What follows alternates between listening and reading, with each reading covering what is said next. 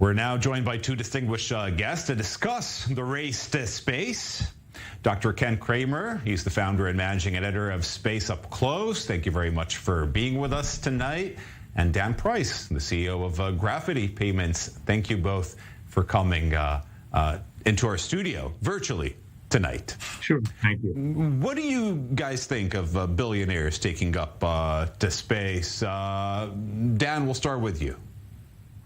Well, I'm trying to put myself in one of Jeff Bezos' workers' shoes. You know, maybe a worker who's black in Bessemer, Alabama, who heard Black Lives Matter, then tried to start up a union to have a wage that would allow their life to have autonomy and truly matter in the way that we claim, and then have that union get busted and then see your boss thank you for funding his little joyride into space.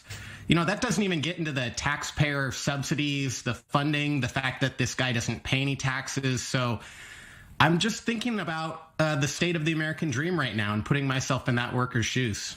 And I see Ken nodding there in disapproval. What do you think, Ken? No, I totally disagree. The tax issue is a different thing, and the Congress should make them pay taxes. However, this is about space exploration and the benefit of all humanity. We need to invest in science and technology. Space benefits our lives every day, 24/7. And they did pay for this on their own. They didn't ask for any money from NASA. So what this has done is really advance the technology. It's got a lot of people very excited. We need to get the kids interested in math and science, because I'm a scientist. And the only way we're going to advance our economy and provide jobs for those people you were just talking about is to invest in science and technology and create the jobs for today and the jobs for tomorrow. And beyond that, probably the most important thing about this is more people will get to see what the Earth is like. And that is critical, so that when you see the fragile Earth from space, you can see just how much we need to take care of it. And that was one of the points that Bezos is making. You know, the atmosphere is thinner than an eggshell on the Earth.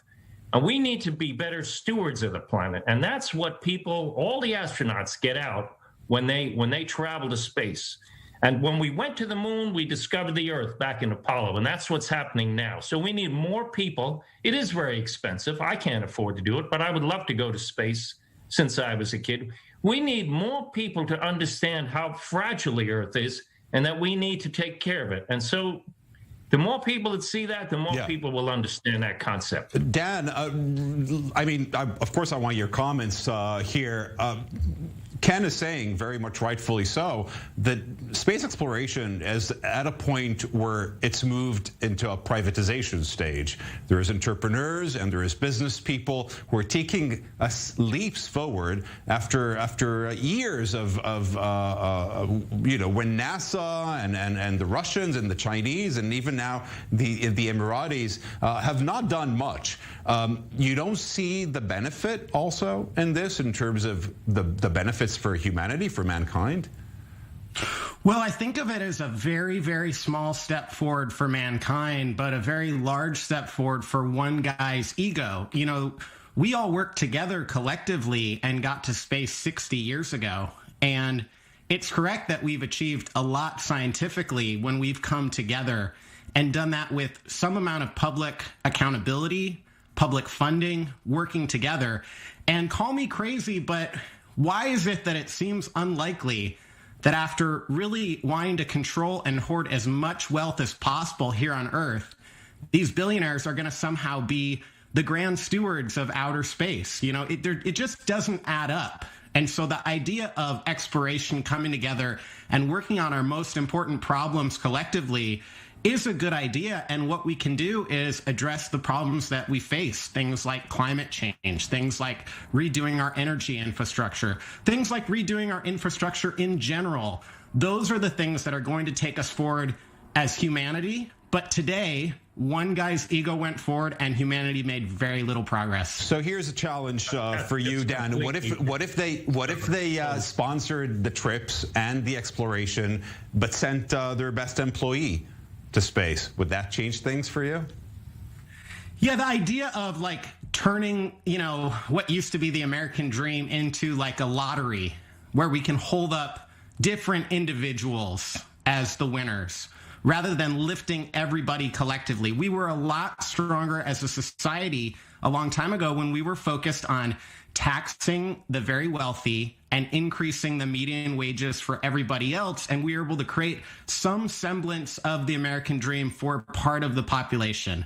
We can work together to do that, but we have to get away from this lottery mentality where we basically excuse the bad behavior of billionaires by looking at these one-off good things that they do rather than looking at the sum of their behavior. Ken, it does look like an ego trip, some of it, doesn't it? Well, a little bit of it is, sure, but you just totally neglect the fact that Jeff Bezos mentioned climate change. That's what NASA, that's what space exploration has told us all about. And you have just, the other guys just totally discounted all of that. We know about climate change because of space exploration. And these billionaires, yeah, you can criticize them. They should pay more taxes. I totally agree with that. But they have also done a lot of great philanthropic things. Today, Jeff Bezos announced $200 million to give to two guys, and they were going to distribute that to all the communities that the other gentleman is talking about, helping the poor people, which is exactly what should be done. Educating the people who don't have enough education, getting vaccines to people who need that. So they're doing a lot of great things, actually. The other person, I'll just mention the other person. Philanthropic measures, and other guys just like completely discounted all that. The other guy, by the way, Ken, is Dan Price. He's the CEO of Gravity Payments, who lowered his own salary. You probably heard about that, in order to increase his employee's salary. So I think some of the values that he's talking about. I worked in industry. I agree with him doing that. That's a wonderful thing. But you're just totally discounting the benefits of space. We couldn't even talk in this conversation right now if we didn't invest in space. This is all happening through space satellites launching on rockets. And what these guys are trying to do is cut the cost of access to space. And when we do that, we'll be able to get energy sources, maybe solar power from the sun, beam it down here to Earth, and so we don't have to pollute the Earth so much. That is what this is all about. Cutting the cost of access to space so we can do more science and more exploration to benefit humanity. Dan? Can I hear what you're saying? And I used to believe the way you did, because I grew up in a business-first, conservative Christian family that really believed in doing all the right things, serving the billionaires, serving the corporations.